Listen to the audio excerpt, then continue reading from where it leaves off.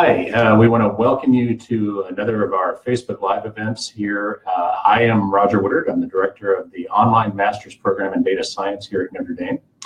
If you viewed our earlier Facebook Live event, you know that we're showing a little bit of the behind the scenes that goes on here at our program. And tonight we're continuing that by looking at our admissions process and a little bit about how it works.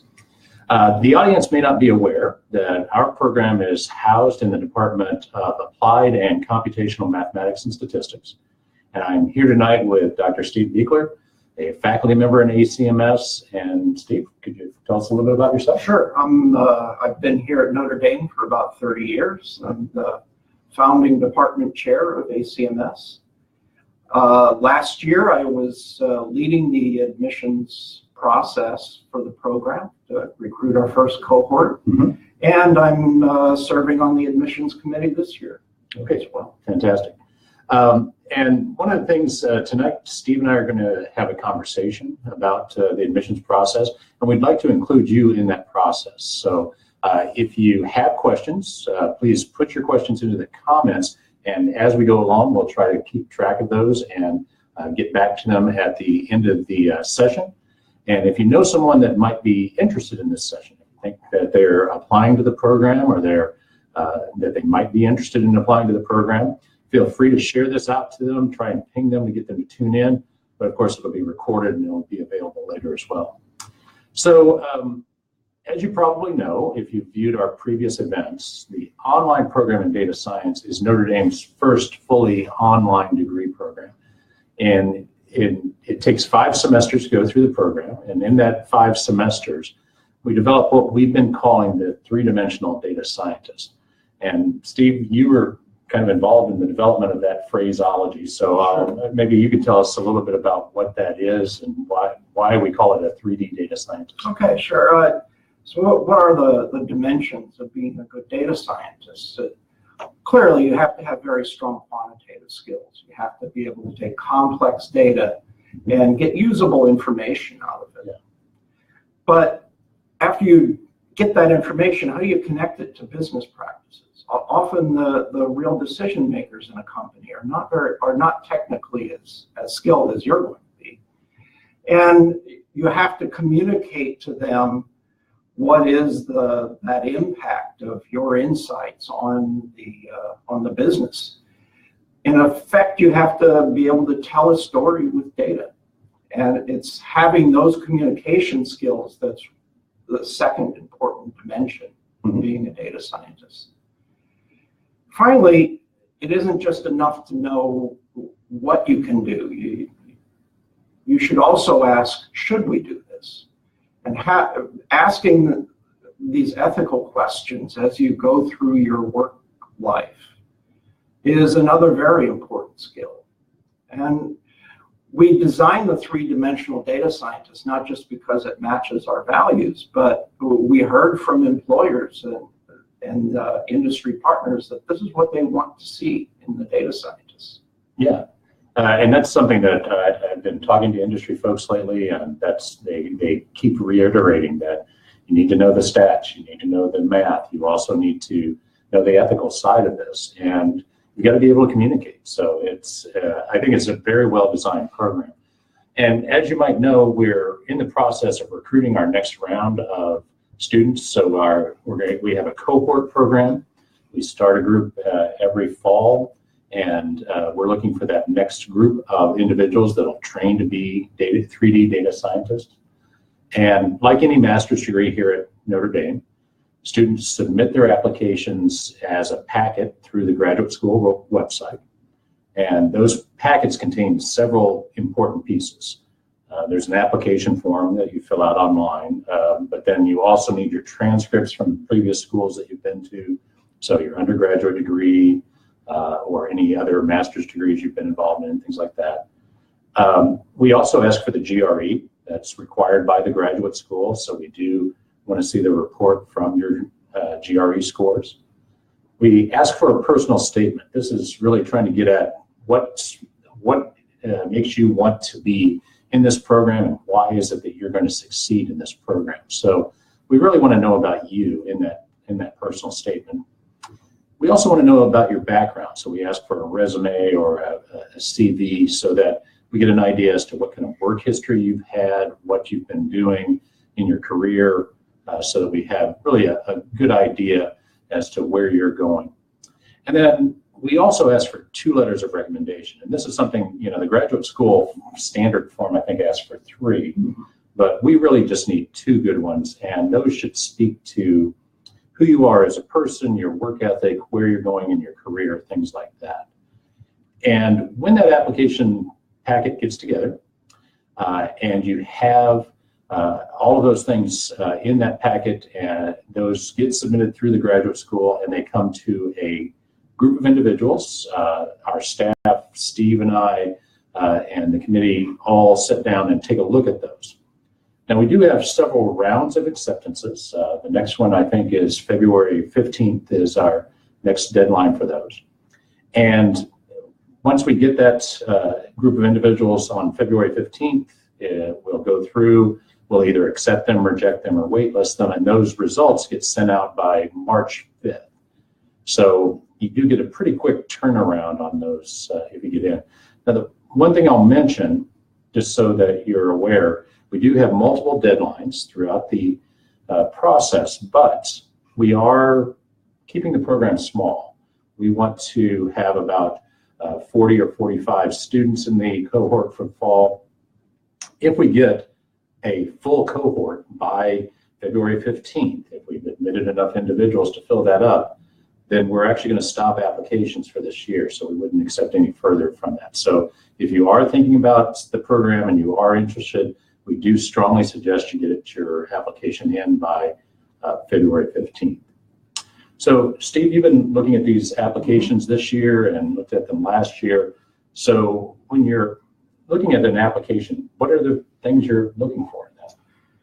Well, we are looking at all aspects of the application that's submitted. We're looking at the transcript to see what kind of academic background is there.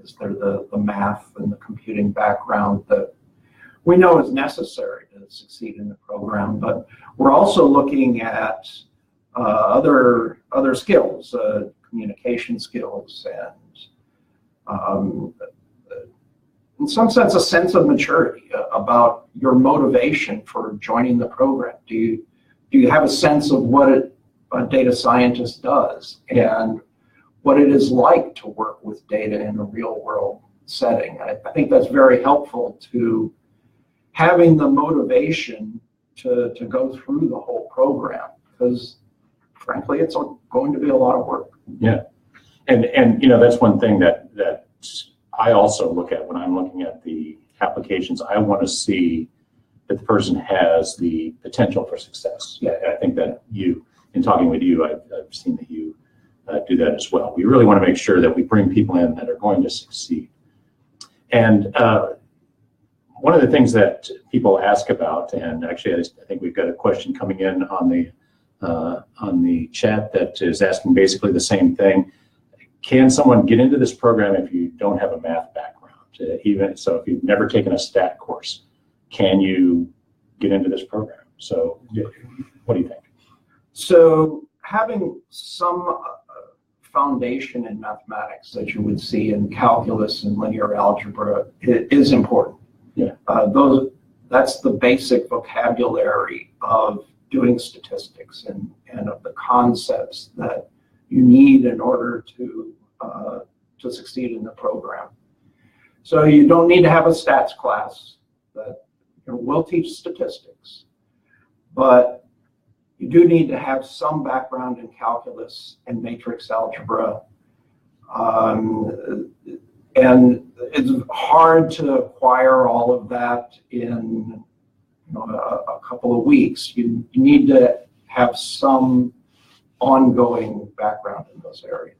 Yeah, something that shows that you've got that mathematical maturity and you've gone through a couple of semesters at least of calculus, preferably 3. A linear algebra class would be great as well.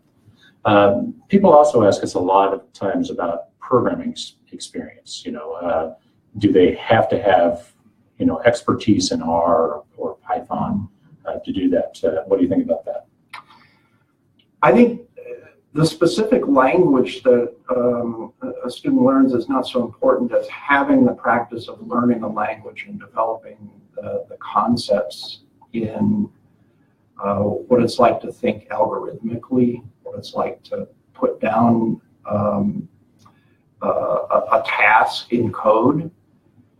And there is a process that you go through when you learn a programming language of learning how to learn, in a sense. You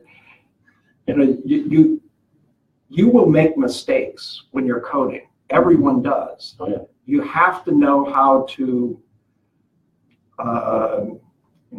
debug yourself of finding your mistakes and learning how to fix them. If you learn how to learn a language, it's very easy to pick up the next one. Right. And so it doesn't matter if you know R, it doesn't matter if you know Python, but you have to have learned something. Yeah, so it could be Fortran, it could be C++, Right. It could be Java, whatever, as long as you kind of have that algorithmic thinking mindset and can really kind of go through and understand how computer programs work. And you actually built one of our courses for us, Steve, which, I want to thank you again for doing that. That course is actually teaches our students about how to program in R. And some people out there have done some computing background, but they've taken some of these, they didn't really have much programming background, but then they take, a quick online course in programming that's a non-credit course or something like that. Do you think that's acceptable? Is that enough for them to be ready for our program? That may not be enough. I think what's very important is that you have the experience of writing code and having somebody else look at it, having somebody check that it works, and of critiquing what you wrote and looking for a better way to solve the problem. Yeah. There's just nothing like experience. It's not like reading a book. You have to write code, check that it works, and go through that experience of debugging yourself. Yeah. I don't think you could probably go through and write a few short snippets of code. Right. You really kind of need to write something a little longer and really dig into some stuff and see how it all fits together. There are tools out there where you can do one-liners and check that you got the syntax right. You understand how an assignment error works, but that's not programming. Yeah. You really have to build the whole animal. Yeah. So along the same lines, people ask about the math. Can I take, I don't have a calculus background. Can I take an online course that, is self-paced and get out there and learn enough math to be in this program? I really think it's much better to do a real class. There are plenty of opportunities out there in community colleges, in local colleges where you can take a 4-credit class of that process of doing homework, getting it looked at. That's where these concepts really solidify and soak in, and that's real learning. Yeah, and that's something that, again, you kind of dig into it a little deeper and somebody looks at it and tells you, hey, you're not doing this right. You really are getting that feedback in a real teaching moment. So just want to remind everybody, if you do have questions, you can submit them in the comments. We're getting some questions coming in. So do feel free to throw those to us. We will try to answer them along the way as we're going through. We do have our list of questions that people had submitted earlier, and we're going through here. But if you do have your own, throw them to us. Also, feel free to share our link out there so that if there's somebody else that might be interested in the program and wants to hear what we're talking about, make sure you let them know. Before we move on to the next topic, I do want to mention the application deadlines again. You have the opportunity to receive an admissions decision by March 5th, and that is if you apply by February 15th. So remember, if we fill up in our February 15th time slot, then we won't go on to those later deadlines, but you would find out by March 5th. So you would know pretty quickly if you've been admitted or not. So we've still got plenty of time before February 15th. Go ahead and get that application packet together and send it in to us. So make sure you've got that. We do have our final deadline, that's April 15th. But again, so that we keep our cohort size small, we do try to make sure that once we get up to about 40 or 45 great students, we stop it at that point. One of the other questions that we often get, Steve, we require the GRE. And one of the things that people think is, well, I just have to have a super score on the GRE if I'm going to go to Notre Dame. Is that true? Do you have to have, like a 95% on the quantitative part of the GRE to get into this program? Not at all. We look at GRE as one aspect of the student portfolio, and the quantitative. To be honest, we look at all of the components of the GRE: the verbal, the quantitative, and the analytical writing. And someone could have a 95 on the quant score and a low analytical writing, and we won't accept them. We're looking for the whole person. And again, we don't look at just the scores. We don't really have firm cutoffs. If the score is low, then we'll look at the transcript, see, well, maybe the coursework shows that the person really does have the background we need. Yeah, some people, the test doesn't really reflect what's going on, but you look at their transcripts or their work history and some of the things that they've been doing, and it gives you a different picture from what the exam says. So it's not just the exam, it is the whole packet, so keep that in mind. Some people have asked, they've already gone through a graduate program of some kind, they've been in a master's degree or something like that, or they've gotten a PhD. Do they have to take the GRE again? So what are the rules associated with that? The rules here are that someone who has a PhD or another doctorate degree, the GRE is waived for them, but the grad school rule is we don't waive it for someone with a master's. Okay, so for the most part, most of our applicants, they have to have the GRE, yes, but not everybody. Some people have some of the other graduate exams, like the GMAT. Can they use that instead of the GRE? We do accept the GMAT instead of the GRE. We find it's not quite as informative as the GRE, so students who took the GMAT some years ago may want to retake the GRE.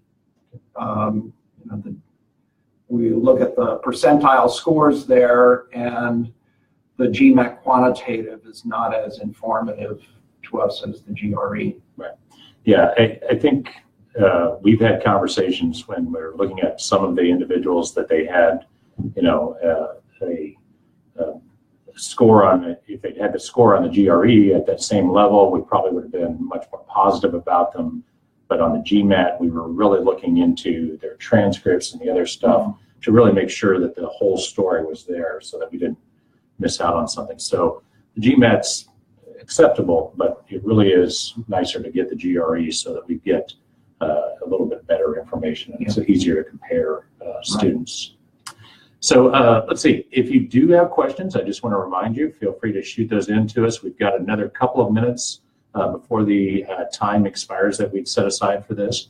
I do want to remind you there are those deadlines for the application, February 15th. You get the response back by March 5th. The final deadline is April 15th, and you get the response back by May 5th. So do we have any other questions in the queue? Give me just a second. Let me see if I can pull up a few of those. Let's see. Any particular math courses that you're looking for from applicants? Any must-haves? So must-haves, really it's the maturity. It's a picture, right? Yeah, we really want to see calculus, and preferably the calculus classes that an engineering student or a science student would take. If you've had one calculus class for a business program, I would recommend taking another one.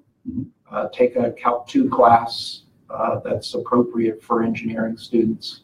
I think that would be great. Yeah. We do see that fewer students have that linear algebra class.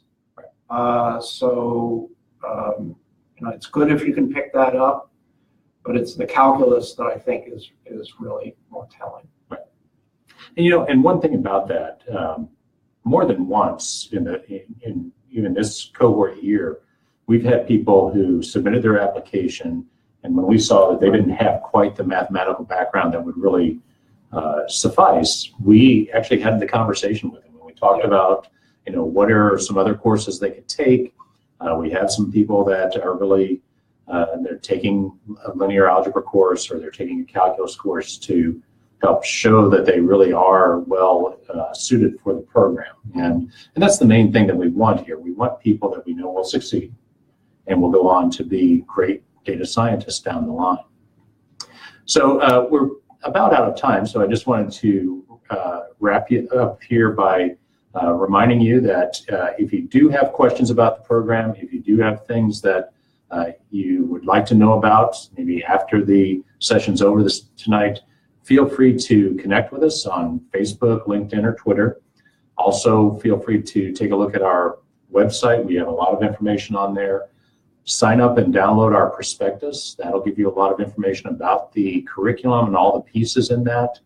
And also, if you do know someone that might be interested in this program, feel free to share the link out and make sure that they get this information from all of our live events that we've done. So, Steve, I really do want to thank you for being involved in the program and all the things, and also being here tonight. And I hope everybody out there stays warm. Some of you are lucky and not here in South Bend, but it's nice and chilly here. But have a great night and keep in touch.